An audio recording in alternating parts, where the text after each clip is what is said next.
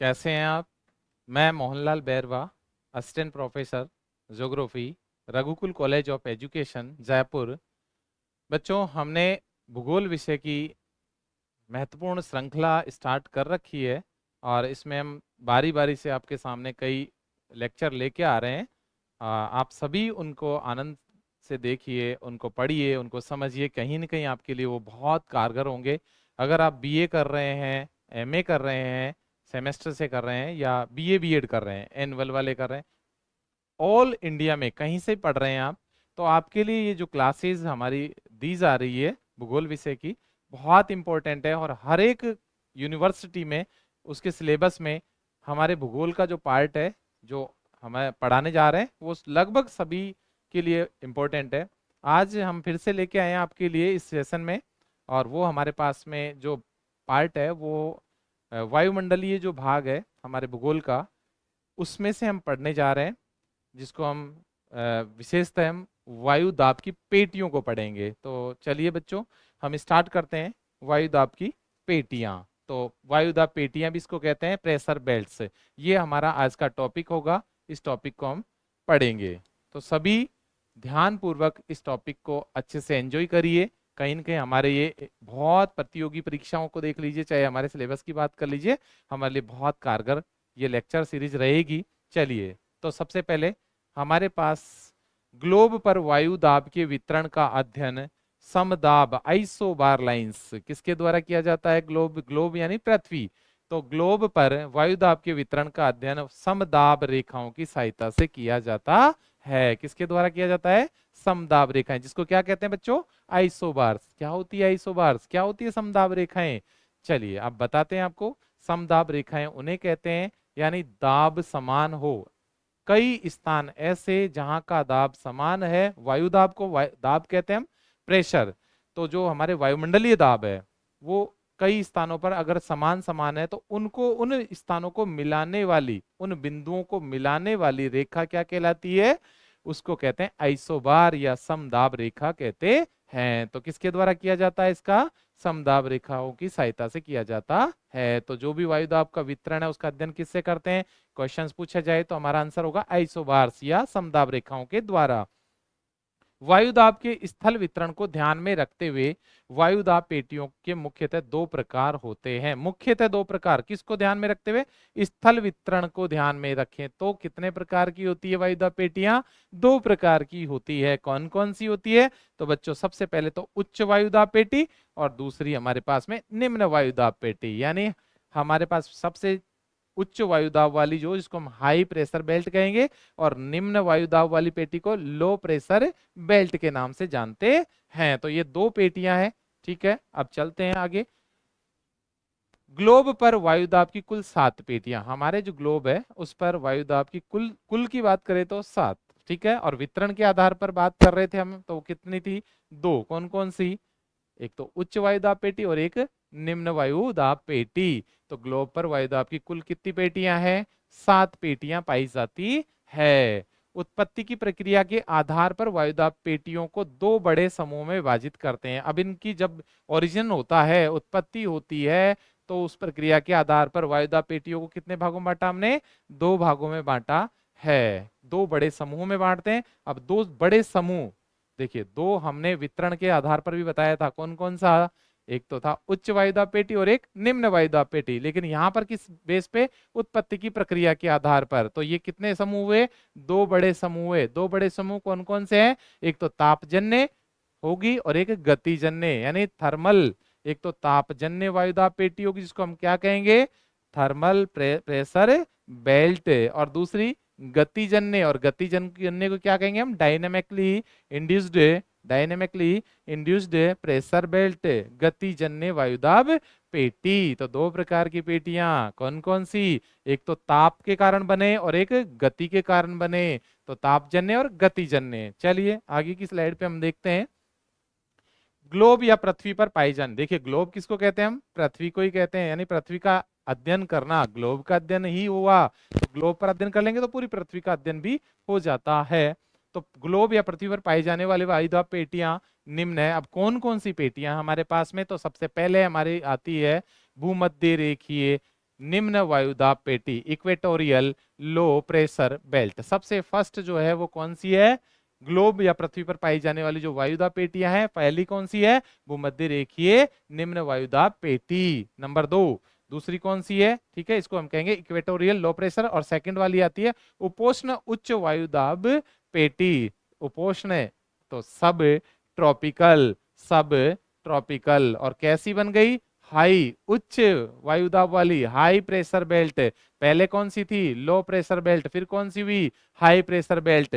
तीसरी हमारे पास में आती है उपध्रुवीय निम्न वायुदाब पेटी, सब पोलर, सब पोलर लो प्रेशर बेल्ट। देखिए लो, हाई, लो, तो अगली कौन सी आने वाली है? हाई। ठीक है, तो तीसरी हमारे पास उपध्रुवीय निम्न वायुदाब पेटी, जिसको सब पोलर लो प्रेशर बेल्ट के नाम से जानते हैं। फोर्थ हमारे पास में आती है ध्रुवीय उच्च वायुदाब पेटी। ध्रुवीय मतलब पोल्स पर, तो polar high pressure belt, polar high pressure belt. तो ये हमारे पास में क्या है? ये चार जो पेटियां हैं, वैसे पाई जाने वाली पेटियां ग्लोब पर पाई जाती है सभी। ठीक है, अब इनको हम अध्ययन करने वाले हैं। चलिए, सबसे पहले भूमध्य रेखीय निम्न वायुदाब पेटी, सबसे फर्स्ट कौन सी है? भूमध्य रेखीय वायुदाब पेटी। बच्चों एक बार फिर से हम देखते हैं, पिछली स्लाइड में 4 हमने पढ़ी थी और यहाँ आपने 7 लिखी है, तो हमने अभी 4 बताई, जबकि आपको यहाँ पर कितनी लिखी थी? 7। तो फिर 3 कौन सी रह गई? बस ये जो रह गई है वो एक गोलार्ध की बताइए, और यहाँ पर दक्षिणी कह दो या उत्तरी कह दीजिए, तो 2 गोलार्ध है हमारे पास में, 3 उत्तरी गोलार्ध की, 3 दक्षिणी गोलार्ध की, 6 जो सेम रहेगी, और 1 हो गई हमारे इक्वेटोरियल भूमध्य रेखीय। चलिए अभी बात करेंगे, जब हम इसका डायग्राम लेके आएंगे तब इसकी बात कर लेंगे। तो आप ऐसा नहीं सोचे कि 4 ही बताई सर ने और वहां पे 7 लिखी थी, तो 7 ही है, 4 ये हमारे पास है। इन्हीं में से ये 1 है, ये 2 है, 2 कौन सी? नदर्न एंड सदर्न हेमिस्फेयर, उत्तरी और दक्षिणी गोलार्ध में कितनी है? दोनों हो गई, दोनों की मिला के 1-1। और फिर आती है हमारे पास में उपध्रुवीय, ये भी 2 है। कौन कौन से में? नदर्न एंड सदर्न हेमिस्फेयर में। सेम ये जो ध्रुवीय है, क्योंकि ध्रुव भी हमारे पोल्स भी दोनों तरफ है, तो ये भी 2 हुई। और ये कौन सी? Northern and southern hemisphere. तो आप टोटल कर लीजिए कितनी हुई? 2 2 और 2 6 और 1 7। समझ में आ गया होगा, क्लियर है? बाकी आगे चर्चा हम करने वाले हैं। चलिए, सबसे पहले है भूमध्य रेखीय निम्न वायुदाब पेटी। अब देखिए नाम से समझ में आ गया होगा, भूमध्य रेखीय मतलब भूमध्य रेखा पर कैसी है? लो प्रेशर है। इक्वेटर पर कैसी है? लो प्रेशर वाली ये बेल्ट है, इक्वेटोरियल लो प्रेशर बेल्ट के नाम से इसको जानते हैं। अब इसकी क्या क्या विशेषताएं हैं, कैसे ये बनती है? चलिए, सबसे पहले इस पेटी का विस्तार भूमध्य रेखा के दोनों ओर, देखिए जो हमारे पास इक्वेटर होती है उसके दोनों तरफ कितने कितने डिग्री? 5-5 डिग्री लगभग, ये और भी चेंज होती है, 10 तक भी पहुंच जाती है, तो 5 डिग्री और अक्षांशों तक। कौन से? दोनों तरफ। देखिए यहाँ लिखा है दोनों ओर, दोनों ओर का मतलब नदर्न एंड सदर्न हेमिस्फेयर, दोनों में 5-5 डिग्री पर ये पाई जाती है के बीच भूमध्य रेखा पर। और ये जो पाई जाएगी यहाँ पर सूर्य क्या होगा? वर्ष भर लगभग सीधा, यहाँ पर वर्ष भर की बात करें तो जब लगभग वहां से गुजरेगा तो सीधा चमकेगा, और ज्यादातर समय वहां पर सूर्य रहता है, ऐसी कंडीशन रहती है। तो वहां पर क्या रहेगी? गर्मी रहेगी। गर्मी रहेगी मतलब सूर्य का प्रकाश होगा, तो क्या आएगा? ताप, और ताप के कारण तापमान बढ़ेगा, तो हवाएं क्या होगी? ऊपर की ओर उठेगी, उत्तलित होगी। तो ऊपर उठेगी, इसका मतलब वायुदाब कैसा हो रहा है? कम हो रहा है, लो प्रेशर। भूमध्य रेखा पर वर्ष भर सूर्य की किरणें लगभग लंबवत पड़ती है। कैसी पड़ती है बच्चों? लंबवत पड़ती है, वर्टिकल होती है यहाँ पर भूमध्य रेखा पर सूर्य की किरणें, इसलिए इसके कारण देखिए दिन और रात भी यहाँ पर क्या होते हैं? लगभग बराबर होते हैं। यहाँ अत्यधिक तापमान के कारण, अत्यधिक तापमान किसके कारण हुआ? सूर्य वहां पर सीधा चमकता है, जिसके कारण तापमान ज्यादा है। तो तापमान के कारण हवाएं गर्म होकर फैलती है। देखिए हवाएं क्या हुई? गर्म हुई, किसके कारण? सूर्य के प्रकाश के कारण। और फैलने का मतलब वो फैलेगी, ऊपर की ओर उठेगी, फैलती और ऊपर उठती है। इस कारण सदैव यहाँ पर कैसा दबाव बना रहेगा? निम्न, क्योंकि अगर हमारे सिर पे कोई वजन रखा जाए तो दाब ज्यादा, लेकिन हटाया जा रहा है तो दाब क्या हो रहा है? कम होता जा रहा है। चलिए, तो यहाँ पर अत्यधिक ताप हो गया, इसके कारण वायुदाब कैसा बनेगा? निम्न, लो प्रेशर बन जाता है। ये तापजन्य कैसी है, थर्मल। कैसी है ये थर्मल है। इसका मतलब तापमान के कारण बनने वाली प्रेशर बेल्ट है, थर्मल प्रेशर बेल्ट। जो दो प्रकार याद करिए, दो कौन से, तापजन्य और गतिजन्य, तापजन्य और गतिजन्य, ठीक है, थर्मल और एक डायनेमिकली इंड्यूस्ड, जो कि उससे तैयार हुई थी, अभी बात करी थी, देख लीजिए एक बार। ये रहे हमारे पास में दो कौन कौन से प्रकार थे, एक तो ये रहा, ये है तापजन्य प्रेशर बेल्ट जो थी थर्मल थी, और एक कौन सी थी, एक थी डायनेमिकली इंड्यूस्ड प्रेशर बेल्ट। तो ये दोनों बेल्टें थी जो अब समझ में आ भी गई होगी आपको। चलिए, इसमें हमारे पास में यह तापजन्य निम्न वायुदाब, तो यहाँ लो प्रेशर बेल्ट है, किसके कारण, तापमान के कारण। अगली स्लाइड पे हम देखते हैं। ये देखिए, यह हमारे पास जो स्ट्रक्चर दिखाया गया है, इस स्ट्रक्चर को देखने से ही आपको समझ में आ जाएगा।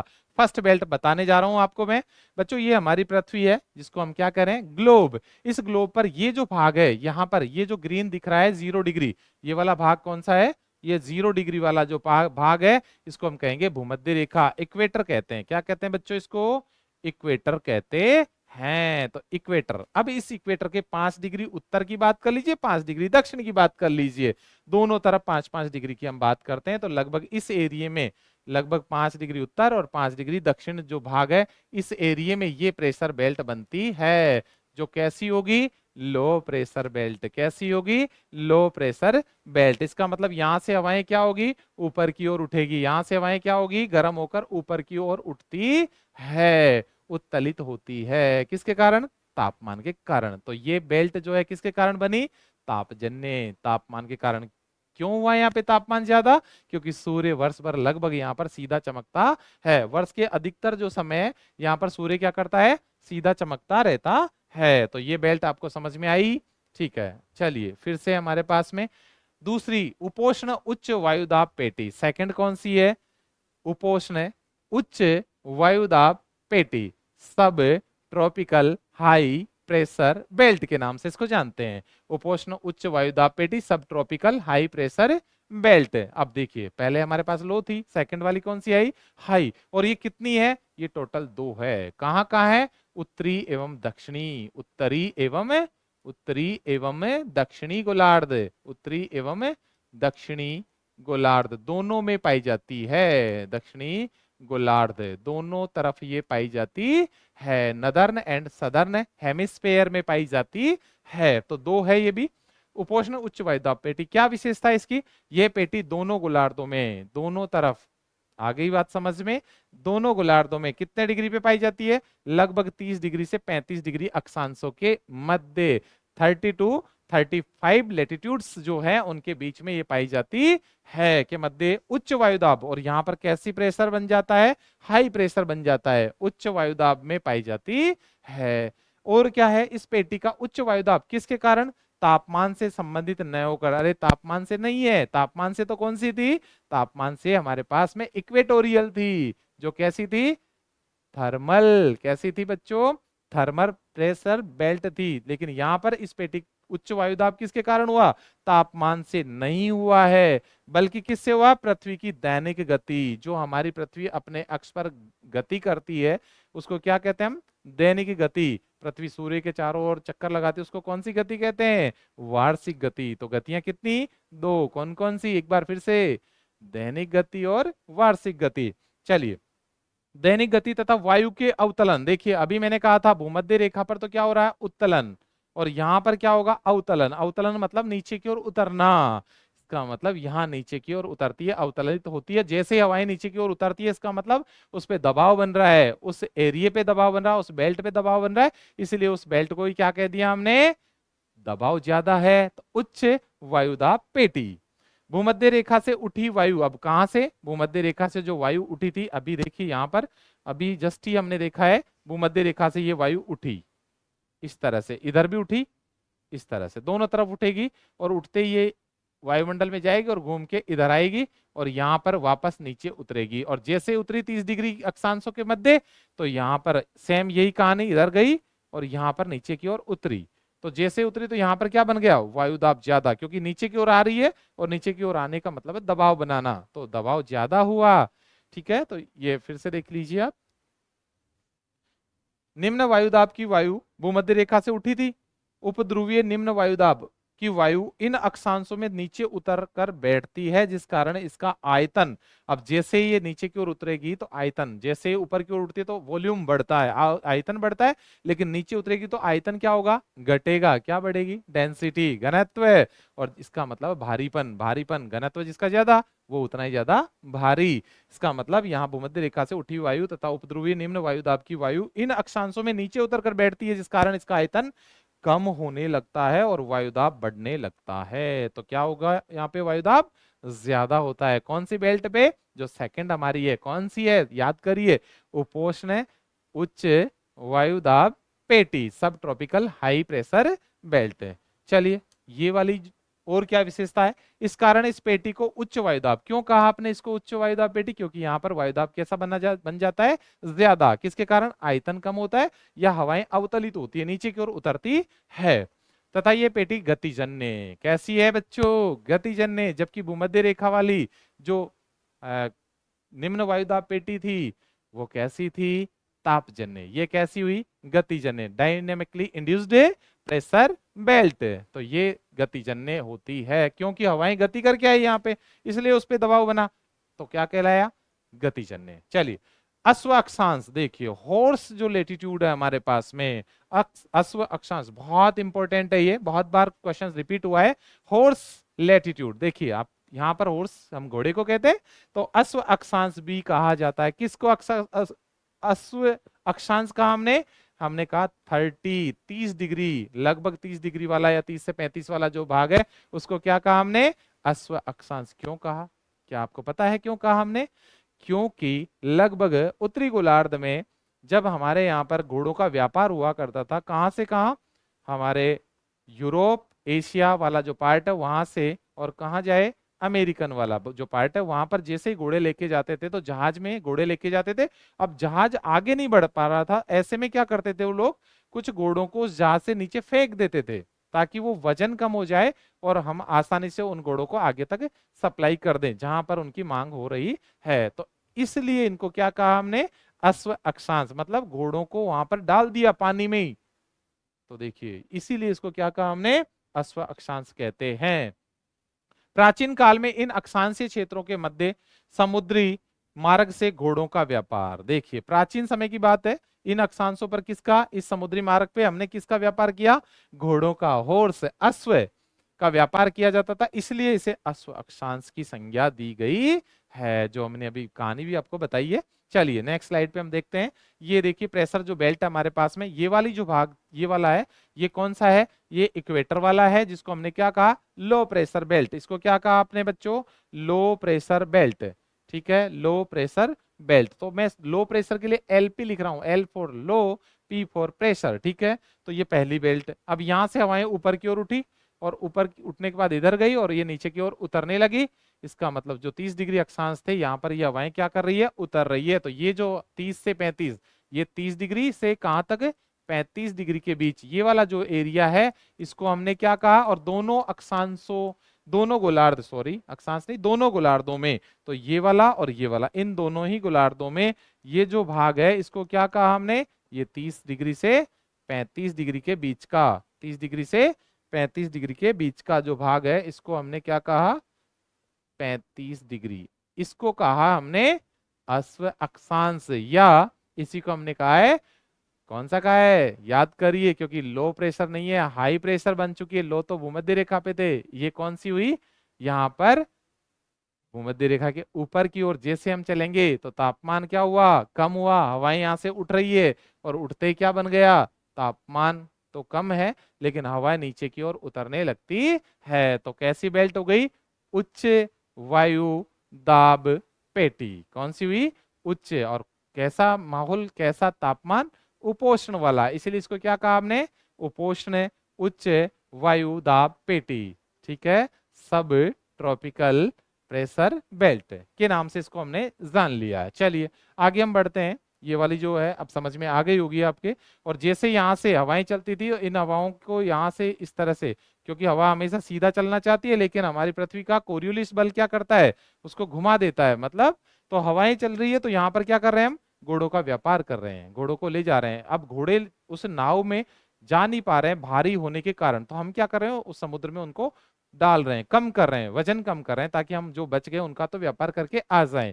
हो सकता है कुछ घोड़े उनमें से जाकर आगे तक पहुंच जाए। चलिए अगली स्लाइड पे हम देखते हैं। तो ये हो गई हमारे पास में सेकंड। अब आती है थर्ड। थर्ड हमारे पास में कौन सी होगी, उपध्रुवीय निम्न वायु दाब पेटी, सब पोलर। अब देखिए कैसा दाब होगा, निम्न सब पोलर लो प्रेशर बेल्ट, सब पोलर लो प्रेशर बेल्ट। यानी यहाँ पर जो उपध्रुव है, उपध्रुव मतलब ध्रुवों के पास, और लगभग 60 डिग्री से 65 डिग्री के बीच का जो क्षेत्र है, क्या प्रॉपर्टीज है, क्या विशेषताएं हैं, इस पेटी का विस्तार दोनों गोलार्ध में पाया जाता है। कौन से में, दोनों ही गोलार्धों में पाया जाता है। इस पेटी का विस्तार दोनों ही गोलार्धों में पाया जाता है, दोनों ही गोलार्धों में, दोनों ही गोलार्धों में होता है। कितने डिग्री के बीच में, 60 डिग्री से, कितने डिग्री के बीच में बच्चों, 60 डिग्री से और लेकर 65 डिग्री के बीच। कौन से अक्षांशों में, 60 डिग्री से लेके 65 डिग्री अक्षांशों के बीच ये पाया जाता है, जहां वर्ष भर तापमान कम होने के बावजूद भी, देखिए तापमान तो, क्योंकि जैसे जैसे हम उच्च अक्षांशों की ओर चलेंगे, हाई लेटीट्यूड्स पे चलेंगे, वैसे वैसे तापमान में गिरावट दर्ज की जाती है, लेकिन उसके बावजूद भी तापमान कम है, उसके बावजूद भी यहाँ पर प्रेशर बेल्ट कैसी है, लो है। ठीक है, तो इसके पीछे होने के बावजूद भी यहाँ निम्न वायुदाब मिलता है। क्यों मिलता है, इसके पीछे रीजन है कि पृथ्वी के घूर्णन के कारण इस क्षेत्र में वायु फैलती है, जिसके कारण यहाँ वायुदाब कम हो जाता है। तो इसके पीछे क्या कारण रहा है, हमारी जो पृथ्वी है उसमें क्या हो रहा है, घूर्णन हो रहा है, रोटेशन हो रहा है, इसके कारण ये ऐसा होता है। देखिए यहाँ पर जो सेकंड और अब थर्ड, ये फर्स्ट थी हमारे पास, ये सेकंड है, और ये आती है थर्ड। तो ये तो हमारे पास कौन सी थी, भूमध्य रेखीय, भूमध्य, भूमध्य रेखीय, भूमध्य रेखीय कैसी बेल्ट है, निम्न, निम्न वायुदाब, निम्न वायुदाब पेटी, ये थी। अब दूसरी हमारे पास ये वाली थी, और इसको हमने क्या कहा था, उपोष्ण। क्या कहा था बच्चों, उपोष्ण, उपोष्ण उच्च वायुदाब। कैसा वायुदाब था, उच्च वायुदाब, उच्च वायुदाब पेटी, ये वाली। और अब इसके ऊपर की ओर हम बात करें तो लगभग ये 60 डिग्री और ये 65 डिग्री, 60 डिग्री से 65 डिग्री के बीच ये वाला जो जोन है, ये वाला, इसको हमने क्या कहा है, वो दोनों ही तरफ होगा, दोनों ही गोलार्धों में होगा, नदर्न एंड सदर्न हेमिस्फेयर दोनों तरफ। तो इसको क्या कहा हमने, क्योंकि ये ध्रुवों के पास है तो इसीलिए इसको क्या कहा हमने, उप ध्रुवीय। क्या कहा बच्चों, उप ध्रुवीय। और कैसी बेल्ट है, यहां पर निम्न हो गया, लो हो गया, तो उपध्रुवीय निम्न वायु दाब पेटी, वायु दाब पेटी। तो अब समझ में आ गया, ये वाली जो है कैसी है, लो प्रेशर बेल्ट है। ये लो प्रेशर बेल्ट देखिए ये किसके कारण बनी थी, थर्मल। ये किसके कारण बनी, डायनेमिकली इंड्यूस्ड है। और ये किसके कारण बनी, ये भी डायनेमिकली इंड्यूस्ड है, गतिजन्य है ये भी। ठीक है, तो ये 60 से 65 के बीच ये पाई जाती है। ध्रुवों की ओर हम जा रहे हैं, जैसे जैसे हाई लेटीट्यूड्स पे जाएंगे वैसे वैसे तापमान में गिरावट दर्ज की जाती है। उसके बावजूद भी ये प्रेशर बेल्ट कैसी है, ये लो है। ठीक है, तो ये कैसी थी, लो प्रेशर बेल्ट। ये कैसी थी, हाई प्रेशर बेल्ट। ये कैसी है, लो प्रेशर बेल्ट। सेम ये नीचे की तरफ मतलब सदर्न हेमिस्फेयर में ये हाई प्रेशर बेल्ट और ये लो प्रेशर बेल्ट। तो ये इस तरह से हमारे पास टोटल कितनी हो चुकी है, ये हो गई हमारे पास में 5। अब बच गई कितनी, 2। चलिए एक बार फिर से हम आते हैं उसी पे, जिसके कारण यहाँ वायुदाब कम हो जाता है, और ये हमने देख लिया इस पे। नेक्स्ट चौथी हमारे पास जो है वो कौन सी है, वो है ध्रुवीय उच्च वायुदाब पेटी, जिसको हम कहेंगे पोलर हाई प्रेशर बेल्ट। ठीक है, तो ध्रुवीय उच्च वायुदाब पेटी, पोलर हाई प्रेशर। देखिए पोल्स, पोल्स वो भी दोनों तरफ होंगे, उत्तरी गोलार्ध में भी, उत्तरी और दक्षिणी दोनों ही गोलार्धों में हमारे क्या पाए जाते हैं, पोल्स पाए जाते हैं, ध्रुव पाए जाते हैं, ध्रुव, उत्तरी ध्रुव और दक्षिणी ध्रुव। उस एरिए पर जो दाब बनेगा वो, क्योंकि जैसे जैसे सूर्य से दूरी बढ़ेगी वैसे वैसे तापमान में गिरावट दर्ज की जाती है, और सूर्य का प्रकाश लगभग दोनों ध्रुवों पर बहुत नगण्य पहुंचता है या न के बराबर पहुंचता है। ऐसे में वहां पर तापमान में क्या होगी, कमी होगी, और जैसे ही तापमान में कमी होगी तो वहां पर तापमान कम होने के कारण वायुदाब ज्यादा। हमेशा ध्यान रखिए, टेम्परेचर और प्रेशर में दोनों में जो रिलेशन होता है वो इनवर्सली प्रोपोर्शनल, दोनों में विलोमानुपाती संबंध होता है, एक बढ़ता है तो एक घटता है। तापमान बढ़ेगा तो वायुदाब घटेगा और तापमान घटेगा तो वायुदाब बढ़ेगा। ये हमें ध्यान में रखना है। इसका मतलब यहां पर सूर्य का प्रकाश ही नहीं गया तो यहां पर वायुदाब क्या हुआ, ज्यादा हो जाता है। चलिए इसकी देखते हैं क्या क्या विशेषताएं। ध्रुवों पर अत्यधिक ठंड के कारण, देखिए ध्रुवों पर क्या है, ज्यादा ठंड है और ज्यादा ठंड होने के कारण यह वायुदाब पेटी उच्च दबाव बना लेती है। क्या बना लेती है बच्चों, उच्च दबाव, हाई प्रेशर बना लेती है। इस उच्च वायुदाब पेटी बना लेती है, इसीलिए देखिए वायुदाब ज्यादा बना, इसीलिए इसको क्या कहा हमने, उच्च वायुदाब पेटी कहा है। यह तापजन्य पेटी है। ये किसके कारण बनी है, क्योंकि तापमान कम है, तापजन्य पेटी। फर्स्ट याद करिए, इक्वेटोरियल वाली कौन सी है, तापजन्य, और जो पोलर वाली है वो भी कौन सी है, वो भी तापजन्य या थर्मल है दोनों, क्योंकि तापमान एक पे ज्यादा है उसके कारण वहां पर निम्न वायुदाब बन रहा है और यहाँ पर तापमान कम है इसलिए यहाँ पर वायुदाब ज्यादा बन रहा है। अब बीच में दो बच गई, कौन कौन सी, एक तो उपोष्ण वाली सब ट्रॉपिकल और दूसरी कौन सी, दूसरी हमारे पास उपध्रुवीय सब पोलर। ये दोनों, इन दोनों में क्या हुआ, गति के कारण हवाएं आई, इसके कारण वहां पर प्रेशर बने कम या ज्यादा, इसलिए उनको क्या कहेंगे, गतिजन्य कहते हैं। तो ये तापजन्य पेटी है। क्यों है, समझ में आ गया, क्योंकि ध्रुवों पर तापमान कम होता है, क्योंकि यहाँ ध्रुवों पर वर्ष भर तापमान कम बना रहता है। यहां से हवाएं ध्रुव से उपध्रुवीय क्षेत्र, हवाएं कहां से कहां चलती है, ध्रुवों से उपध्रुव की ओर। यहां से क्योंकि जहां पर वायुदाब ज्यादा वहां से हवाएं हमेशा निम्न वायुदाब की ओर चलने लगती है, जिन्हें पूर्वी हवाएं कहते हैं। क्या कहते हैं बच्चों उसको, पूर्वी हवाएं, ईस्टर्लीज कहते हैं, पूर्वी हवाएं। ठीक है, अभी हम समझेंगे वेस्टर्लीज क्या होती है और ईस्टर्लीज क्या होती है। चलिए नेक्स्ट हम देखते हैं, वायुदाब की पेटियों की स्थितियों में कुछ परिवर्तन, चेंजेस भी होते हैं, जो उनकी स्थिति होती है उसमें, और क्या परिवर्तन होते हैं। तो देखिए, यदि पृथ्वी अपनी जगह पर स्थिर होती, अगर ऐसा होता तो आज स्थिति कुछ और होती, अगर पृथ्वी स्थिर होती तो, लेकिन स्थिर नहीं है। पृथ्वी तो क्या कर रही है, रोटेट कर रही है एंड रिवोल्यूशन दोनों कर रही है, घूर्णन भी कर रही है और परिक्रमण भी कर रही है। ठीक है, तो स्थिर होती तो वायुदाब की पेटियों की स्थिति कुछ अलग ही होती, परंतु सूर्य के उत्तरायण के समय, अब देखिए हमारा सूर्य क्या करता है, उत्तरायण होता है कभी कभी और कभी दक्षिणायन होता है। उत्तरायण व दक्षिणायन होने के कारण उत्तरी गोलार्ध में, अब जब भी उत्तरायण होगा, उत्तरायण का मतलब हम भारत के संदर्भ में बात करेंगे, तो उत्तरायण होने का मतलब उत्तरी गोलार्ध की ओर आना, उत्तरी गोलार्ध की ओर आना, इसका मतलब उत्तरायण हो रहा है। उस समय सूर्य की किरणें उत्तरी गोलार्ध में सीधी पड़ती है, जिस कारण ध्रुवीय उच्च वायुदाब पेटी के अलावा सभी वायुदाब पेटियों में उत्तर की ओर खिसक जाती है। थोड़ा सा चेंजेज आता है कि जब सूर्य उत्तर की ओर आएगा तो ये पेटियां जो है वो खिसकेगी। एक बार फिर से हम देखते हैं, इस वाले स्ट्रक्चर में आपको समझ में आ जाएगा कि सूर्य हमारे पास यहां से इस तरफ बढ़ेगा, वैसे वैसे इनकी जो पेटियां थोड़ा सा खिसकेगी, ये वाली और आगे खिसकेगी, ये वाली थोड़ी आगे खिसकेगी, ये वाली यहाँ खिसक जाएगी, और जो साउथ वाली है वो थोड़ी ऊपर की ओर आ जाएगी। कब, जब ये क्या हो रहा है, उत्तरायण हो रहा है। तो शायद समझ में आ गया होगा आपको। चलिए, पेटियां उत्तर की ओर खिसक जाती है। इसके विपरीत अब जब शीतकाल होता है, अब जब ये उत्तर की ओर उत्तरायण हुआ तो भारत में क्या पड़ती है, गर्मी। क्या पड़ती है, गर्मी, इसलिए गर्मी के सीजन की बात हुई। अब आती है शीतकाल, यानी हमारे पास में शीतकाल में सूर्य के दक्षिणायन। अब शीतकाल में सूर्य का क्या होगा, दक्षिणायन, यानी नीचे की ओर जाएगा। नीचे की ओर का मतलब है दक्षिणी गोलार्ध की ओर जाएगा। तो इस समय सूर्य की किरणें मकर रेखा पर, अब कौन सी रेखा पर सीधी पड़ेगी, मकर पे, जबकि पहले कौन सी पे पड़ रही थी, वो पहले पड़ रही थी कर्क रेखा पर। जब उत्तरायण हो रहा था तो किस पे पड़ रही थी, कर्क रेखा पर। अब किस पे पड़ेगी, मकर रेखा पर।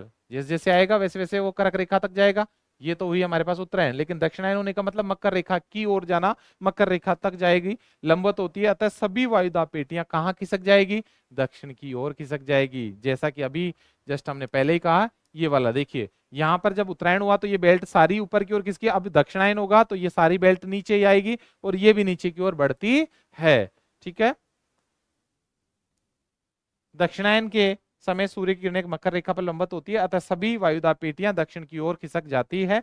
इनकी आदर्श स्थिति केवल, अब आदर्श स्थिति जब हमारा सूर्य लगभग हमारे ग्लोब को दो बराबर हिस्सों में बांट दे, और वो स्थिति कब होती है, वो होती है हमारे पास भूमध्य रेखा या विषुवत रेखा पर जब सूर्य होगा। और वो कब होगा, एक तो होगा 21 मार्च और एक होगा 23 सितंबर के दिन। 21 मार्च और 23 सितंबर। इसकी स्थिति होते ही सूर्य भूमध्य रेखा पर लंबवत होता है। ऐसे समय में लगभग दोनों गोलार्धों में जो हमारी वायुदाब पेटियां, उनमें कोई परिवर्तन नहीं होता, कोई खिसकाव नहीं होता, वो जैसी बनी है वैसे की वैसी रहती है। जहां उच्च है तो वहां उच्च, जहां निम्न है तो वहां निम्न है। समझ में आ गया होगा आपको। ये कुछ हमारे लिए बहुत परिवर्तन वाली जो बात थी वो समझ में आई। कुछ इंपॉर्टेंट फैक्ट्स आपके सामने फिर से हैं, इंपॉर्टेंट है, जो परीक्षा की लिए दृष्टि से बहुत ज्यादा हमारे काम में आते हैं। देखिए, सबसे पहले है गरजता चालीसा। गरजता चालीसा, रोरिंग फोर्टीज। गरजता चालीसा किसको कहेंगे, अभी मैं मैप से बात करूंगा आपके। फिर है प्रचंड पचासा, ठीक है, जिसको हम क्या कहेंगे, रैगिंग फिफ्टीज। और तीसरा हमारे पास में है चीखता साठा, स्क्रीमिंग सिक्सटीज। ये कहाँ पाए जाते हैं, ये तीनों ही दक्षिणी गोलार्ध में पाए जाते हैं। बच्चों कहाँ पाए जाते हैं, दक्षिणी गोलार्ध में पाए जाते हैं, जहां बहुत तेज हवाएं चलती है। क्या होता है यहाँ पे, बहुत तेज हवाएं चलती है। इसीलिए इनको क्या कहा हमने, याद करिए, तीन नाम कौन कौन से, गरजता चालीसा, प्रचंड पचासा और चीखता साठा। कुछ नहीं है, सिंपल सा याद करने का है। सबसे पहले गरज होगी तो गरजता चालीसा, उसके बाद में थोड़ा सा प्रचंड होगा, ठीक है, तो क्या हुआ, प्रचंड पचासा, और उसके बाद में और भी तेज होगा जिसको कहेंगे हम चीखता, तो चीखता साठा। क्लियर है, अभी मैप में लगा के देखते हैं बच्चों। चलिए, यहां पर हमने बात करी है, ये क्या है, तो सबसे पहले तो चालीसा की बात करते हैं। चालीसा का मतलब है 40 डिग्री, पचासा की बात करते हैं तो मतलब 50 डिग्री, और साठा की बात करते हैं तो 60 डिग्री। ये है हमारे पास में दक्षिणी गोलार्ध में। दक्षिणी गोलार्ध में जो 40 डिग्री अक्षांश होते हैं, उन दक्षिणी अक्षांश में जो 40 डिग्री अक्षांश है, उन अक्षांशों के बीच में, उन अक्षांशों के उन अक्षांशों के बीच में, यहां पर देखिए, अब आपको पता चल जाएगा, ये वाला जो वर्ड है, इस विश्व में लगभग कुछ पार्ट ही है यहाँ पर लैंड फॉर्म्स नहीं है, स्थलीय भाग नहीं है, कोई कॉन्टिनेंट नहीं है, थोड़ा सा ये वाला पार्ट है, केवल इतना सा, बाकी और कहीं हमारे पास में स्थलीय भाग न के बराबर है। ऐसे में हवाएं जब चलेगी तो इनको कोई बैरियर, कोई अवरोध नहीं आता है। इस कंडीशन में वो हवाएं बहुत तेज चलेगी, इसलिए इसको क्या कहेंगे हम, इसको कहेंगे गरजता चालीसा। 40 डिग्री दक्षिणी अक्षांश, 40 डिग्री साउथ लैटिट्यूड से, समझ में आ गया होगा। उत्तरी गोलार्ध में ऐसा नहीं होगा। फिर आता है कि 40 के बाद में कितने डिग्री पे, 50 डिग्री, लगभग कितने डिग्री पे, 50 डिग्री वाला जो भाग है, 50 डिग्री की देखिए, यहां पर और भी इससे भी कम है, इससे भी कम है, यहां जो था वो भी पहले ज्यादा था और भी कम हो गया, तो यहां हवा और तेज चलेगी इस एरिया में, इसलिए थोड़ा बढ़ेगा, मतलब यहां पर प्रचंड हो जाएगा। 50 डिग्री दक्षिणी अक्षांश पे क्या कहलाएगा, प्रचंड पचासा कहलाता है। नेक्स्ट है, फिर आता है कि हम बात करते हैं किसकी, 60 डिग्री की, ठीक है, लगभग ये वाला जो भाग है 60 डिग्री। अब आप खुद देख लीजिए, 60 डिग्री पे तो कुछ पाया ही नहीं गया, और ऐसी कंडीशन में जो 60 डिग्री, वहां पर तो इतनी तेज हवाएं चलती है जैसे कोई चीख रहा है, तो इसीलिए इसको क्या कहेंगे हम, चीखता साठा कहते हैं। समझ में आया होगा बच्चों। चलिए, अब हमारे पास इस विश्व मैप के अलावा अब क्या क्या बनता है वो भी हम देखते हैं। कुछ इंपॉर्टेंट और भी हमारे पास, वो क्या है कि हमारे पास ये हवाएं जो चली है, ये वाली बेल्ट कौन सी थी, 30 के बाद में ये थी 60 डिग्री वाली, 60 से 65 डिग्री, और ये वाली जो थी हमारे पास वो कितनी, 85 से लगभग, 85 से कितने, 90 डिग्री के बीच है। 85 से लगभग कितनी, 90 डिग्री के बीच, 85 डिग्री से 90 डिग्री के बीच जो है वो कौन सी है, ध्रुवीय। 60 से 65 कौन सी है, उपध्रुवीय। 30 से 35 कौन सी है, उपोष्ण है। और यहां पर 0 डिग्री है, और ये 5 डिग्री उत्तर और 5 डिग्री दक्षिण, दोनों के बीच ये कौन सी है, ये भूमध्य रेखीय है। अब देखिए, भूमध्य रेखा पर क्या होता है, यहां से हवाएं इस तरफ आती है, यहां से भी हवाएं इधर आती है, तो यहां पर लगभग दोनों तरफ से हवाएं आती है, इसलिए यहां पर क्या बन जाता है, inter tropical conversion zone, ITCZ की स्थापना हो जाती है। ITCZ क्या बन जाता बच्चों, इसमें ITCZ बन जाता है। ITCZ क्या बनता है, ITCZ, inter tropical conversion zone, जिसको हम कहेंगे अंतर उष्ण कटिबंधीय क्षेत्र का निर्माण हो जाता है। यहाँ पर हवाएं आपस में आती है, अभिसरित होती है, टकराती है, और फिर ऊपर उठने लग जाती है। ऊपर उठ के यहाँ से नीचे गिरी, और यहाँ पर भी ये हवाएं इधर आई, लेकिन यहाँ से जो हवाएं चली वो वापस इस तरफ चली, और यहाँ से ऊपर की ओर उठी और ऊपर उठते इधर आई और यहाँ से वापस 35 डिग्री के बीच में वापस घूम जाती है। सेम वही कहानी, इधर ध्रुवों से हवाएं आई और यहाँ से ऊपर उठी और वापस इधर चली और ध्रुवों की ओर नीचे उतर जाती है। अब यहाँ पर क्या बन गए, कुछ सेल्स बन गए, कुछ कोष बन गए। ठीक है, तो ये जो कोष है इसको हमने सबसे पहला जो कोष है इसको क्या कहा, हेडली कोष। क्या कहा बच्चों, हेडली कोष, हेडली कोष। दूसरा हमारे पास में कौन सा कोष है, दूसरा हमारे पास में है फेरल कोष। दूसरा कौन सा है, ये वाला, इसको क्या कहेंगे हम, फेरल। क्या कहेंगे बच्चों, फेरल कोष, फेरल कोष। ये दो कोष है, इनकी इनके नाम से ही इसलिए जानते हैं क्योंकि जिन्होंने इनकी खोज करी, जिन्होंने इसके बारे में बताया, उनके नाम से इनको जानते हैं। तो हेडली कोष और फेरल कोष को भी आपको ध्यान में रखना होगा। ठीक है, तो अब आपको शायद समझ में आ गया होगा कि यहाँ से जो, अब एक और बात थी कि पछुआ हवाएं किसे कहते हैं। ठीक है, पछुआ जो पश्चिमी तरफ से आती है उन्हें कहते हैं पछुआ, पछुआ हवाएं ईस्टर्लीज के नाम से जानते हैं। देखिए ये हवाएं इधर से आ रही है, ये एरो मार्क आप देख रहे हैं। अगर मैं इसके 4 सेक्शन कर दूं, अगर मैं इसके 4 सेक्शन कर दूं इस तरह से, तो ये नॉर्थ, ये साउथ, ये ईस्ट है और ये वेस्ट है। तो ये हवा किस तरफ से आई, साउथ ईस्ट से आई, साउथ ईस्ट से आई, इसीलिए इनको क्या कहेंगे, लगभग ईस्ट से आई, इसीलिए इसको ईस्टर्ली कहते हैं। तो ये ईस्टर्ली कहलाएगी, ये भी ईस्टर्ली कहलाएगी, ये क्या कहलाएगी, ये वेस्टर्ली कहलाएगी। ये क्या कहलाएगी, वेस्टर्ली। ये क्या कहलाएगी, वेस्टर्ली। फिर से ये इधर से आई तो ये क्या कहलाएगी, ये फिर से ईस्टर्ली कहलाती है। समझ में आ गया होगा आपको, जो हमारे पास में हवाएं थी उनके लेकर भी हमने बात करी है। तो ये विश्व मैप जिसमें आपने देख ही लिया है कि किसको हम कहेंगे। तो यहाँ पर भी कितने डिग्री वाली, 60 डिग्री वाली, हमने ये लिखा नहीं था, एक बार फिर से देखिए। 60 डिग्री वाली जो लाइन अक्षांश, वो भी कौन से में, दक्षिणी अक्षांशों में 60 डिग्री। ये क्या कहलाई, एक बार मैं रिवाइज करवाता हूँ। 40 डिग्री क्या कहलाई, गरजता। 50 डिग्री क्या कहलाई, प्रचंड। और 60 डिग्री क्या कहलाई, चीखता।